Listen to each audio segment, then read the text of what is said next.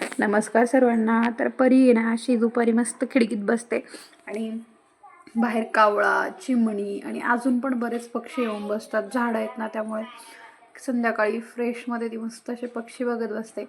तिला लाईव्ह पक्षी शिकवले जातात त्यामुळे छान वाटतं ते. कारण कसं आहे आता इथून पुढे दिसतं की नाही दिसत कुणास ठाऊक. चिमण्या तर झाल्याच आहे, रेअरच आहे. कावळे पण आता बऱ्यापैकी म्हणजे दिसतच नाही आहे. सो आता बघू पुढे कुठले कुठले पक्षी तिला एकदम समोरासमोर बघायला भेटतील. ते मी तिला डायरेक्ट शिकवणार. म्हणजे कार्ड पण घ्यायची गरज नाही आणि उगाच डोकं लावायची पण गरज नाही. आणि त्यानंतर म्हटलं तूप करायचं असं करून घेऊ.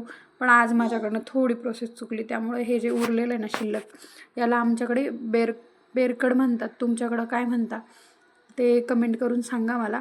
तसंच त्यात ते उरलेलं आहे ना त्याची अशी मस्त बर्फी केली मी. ती बर्फी म्हणजे गूळ टाकून ते छान असं परतून शिजवून घेतलं आणि हे असं काहीसं होतं. सो तिला एक संध्याकाळी ही खुर्ची पण घेतली आम्ही.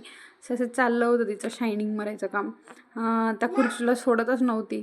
तर दुसऱ्या दिवशी ना मी ती बर्फीचा व्हिडिओ शूट केला. हे बघा अशी झाली.